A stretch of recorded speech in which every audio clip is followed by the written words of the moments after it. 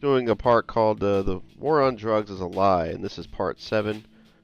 And I'm reading from this pack of 36 cards, Drug Wars trading cards. We've got 5 left to do, guys.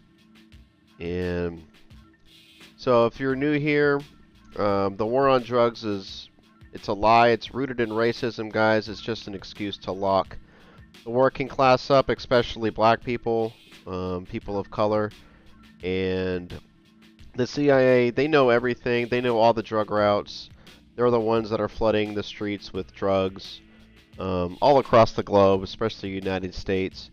And they trade drugs, guns, funds with right-wing extremists, the most right-wing nutcases you can possibly think of, as long as they're going to take down any revolutionary movement, anybody on the left, communists, socialists, to prevent anyone from, sorry, the cat's walking across the desk, to prevent any movement that will cut into corporate profits, pretty much, and to keep capitalism safe. That's who the CIA cozies up with. And the war on drugs is a scam. The excuse me, the quality, the amounts on the streets are higher than ever before. They're cheaper than ever before. And yeah, and that's what we've been talking about, guys. I've been uploading everyone to my channel recently. And this is part 7. So let's start with the this is card number 32. Fawn Hall Tells All. And on the back it's titled Crimes and Misdemeanors. These are really neat, guys. Check out that artwork. I love this stuff. So, Fawn Hall Tells All. Let's read card number 32. Fawn Hall recently admitted to Drug Enforcement Administration sources who interviewed her during a drug investigation in Washington, D.C. that while serving as Oliver North's personal secretary from 1985 to 1987, she was a weekend cocaine user. Oliver North was the Reagan administration's point man in aiding the Nicaraguan Contras, one of whose leaders, Arturo Cruz Jr., was dating Hall at the time. Wow. As is now known, the Contras and their American handlers were up to their necks in cocaine smuggling. Sorry, my cat is knocking down my earphones. Though North was never prosecuted for his part in the drugs for guns conspiracy, he was convicted on lesser charges and sentenced, ironically, to spend 1,000 hours educating teens on the dangers of drug use. Compare this to the case of Washington, D.C.'s black ex-mayor Marion Barry. Barry was arrested on January 18, 1990, after being lured by an ex-girlfriend to her hotel room, where hidden video cameras recorded Barry smoking crack cocaine supplied by the FBI for the sting. The 51-minute tape shows that the woman coaxed Barry into lighting up while spurning his sexual advances. Barry's lawyers claimed that their client had been an FBI target for 8 years, during which time agents went through his credit and credit card bills, staked out his house, monitored his bank accounts, and checked his tax returns. And, moreover, that the government had spent $40 million over a 10-year period for sting operations against other black politicians like Julian Bond and Andrew Young. Though the jury found Barry guilty of only one misdemeanor charge, his public career is ruined, while North does GOP fundraisers and sells bulletproof vests, and Hall is training to be a newscaster. Wow, dude, so Fawn Hall tells all. So why people doing cocaine, man? And what did we talk about in the part 1 of the War on Drugs series? So crack cocaine, it was flooded in working class neighborhoods. Kind of Los Angeles, South Central was the most notable one, guys. Completely destroyed people's lives. And with the crime bills being passed, you know, they prosecuted crack cocaine so much heavier than a cocaine user, which is way more expensive. Crack cocaine is, you know, easier to make, cheaper to obtain, and easier to buy. So, you know, you got a white woman here just, yeah, I did cocaine on the weekends. Nothing happened to her. Oliver North, guys, he's the guy flooding the streets and trading arms and guns with the Contras. So what is he gets a slap on the wrist, and he's on Fox News doing shows Rich. Rich as fuck, dude. So, yeah. That is card number 32. Let's talk about card number 33. Card number 33. Danny takes a toke. And I don't know, my camera's like, you can tell his eyes. Yeah, you see his eyes. His eyes are all red. Cool artwork again, like I said. On the back, it's titled Dan Quayle's Smoky Trail. Let's read. During the final weeks of the 1988 presidential campaign, federal prisoner Brett C. Kimberlin called several reporters, alleging he had smoked marijuana with Dan Quayle at a 1971 frat party and had sold Quayle pot 15 to 20 times over the next year. 4 days before the election, on the eve of a press conference, Kimberlin was placed in detention and barred from talking to reporters. On election night, while reporters awaited his phone call, Kimberlin was again sequestered. A Bureau of Prisons director, J. Michael Quinlan, claimed he did this to protect Kimberlin from fellow prisoners. But Quinlan's contacts with the Bush-Quayle campaign team days before the election leave no doubt the story was squashed for political reasons. Since the 1937 Marijuana Stamp Act made it illegal, marijuana has been classified like heroin as a Schedule I drug with no medicinal value, despite therapeutic uses known for 150 years. Marijuana relieves symptoms of glaucoma, restores appetite, reduces nausea, and is especially effective in treating AIDS in cancer patients for side effects of chemotherapy. As a recreational drug, it is less dangerous to the user or society than alcohol and far less addictive than tobacco. Marijuana use can impair short-term memory, and daily users are often poor students. The same could be said for watching too much TV. Marijuana fiber, known as hemp, is not a drug, and until it was banned, was important to industry. Hemp is the strongest, most rot-resistant natural fiber known, and makes a superior rope, twine, and cloth. It is 4 times more productive per acre to grow hemp than pulpwood trees for making paper. The Declaration of Independence was written on hemp paper. I didn't know that. That's pretty cool, huh? Yeah, that was Danny Takes a Toke, guys. So, guys, yeah, why is alcohol legal? That destroys people's lives way more than marijuana. People drive drunk. The car's a weapon. It kills people. Gets people injured. It destroys families. Alcohol does. It causes like domestic violence problems, bar fights, and I can't imagine what it does to your brain. But yeah, that's why alcohol is legal, and I know marijuana is starting to become legal in some spots. But yeah. All right. I had a conservative friend and was like, yeah, man, anybody that does drugs, like, get them thugs off the streets. And it's like, dude, like, all those musicians you listen to are all on drugs. That's how they get, like, their inspiration or whatever. Plus, like, alcohol's a drug. Where's your outrage about people drinking and driving and drinking too much and blah, blah, blah. Anyways, let's not get sidetracked. All right, card number 34, guys. Operation Green Sweep. Zoom out there. Gotta be a Army Men fighter here. Operation Green Sweep. On the back, it's titled Marijuana Wars. So, let's talk about this. The U.S. is the second largest producer of marijuana in the world after Mexico, growing 10 million pounds a year worth $4 billion, enough to supply 35% of the consumption of America's 10 to 20 million marijuana users.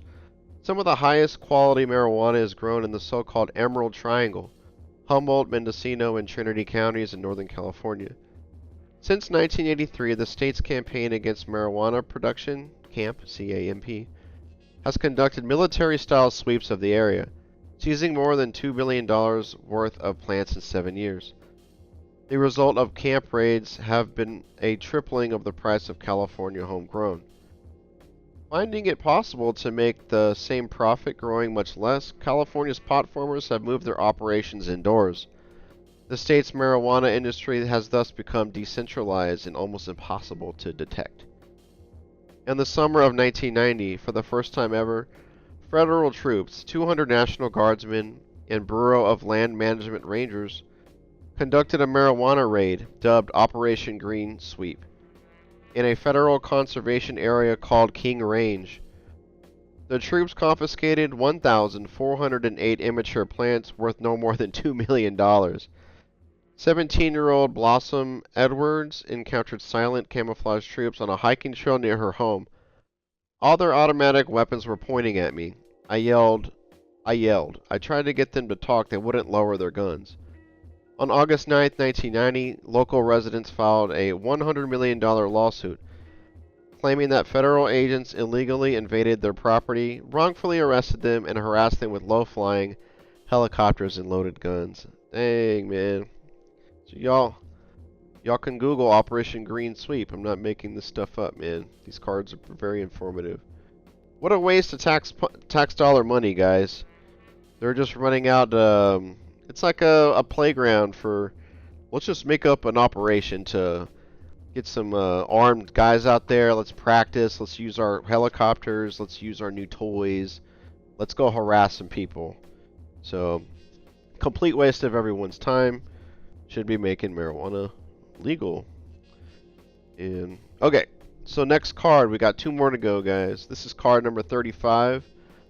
Front is titled New Drug Czar. New Drug Czar. Zoom in there. Bam. Bob Martinez. Let's read.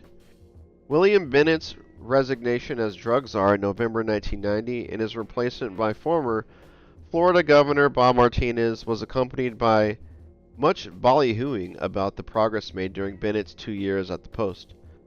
The government claimed that under Bennett, cocaine use had shrunk to a mere 660,000 hardcore abusers. Early in 1991, however, drug officials added 1 million users to this estimate, saying that previous figures had failed to count users in colleges, high schools, and jails. During Bennett's term, heroin use actually rose, and drugs entered the U.S. in record amounts. Bennett's failure to curtail drug imports is linked to the Bush administration's refusal to enact sanctions mandated under a 1988 federal law against 20 countries, including Panama, Hong Kong, Colombia, Canada, Italy, and Australia, and who have not reached agreements with the U.S. to curb money laundering.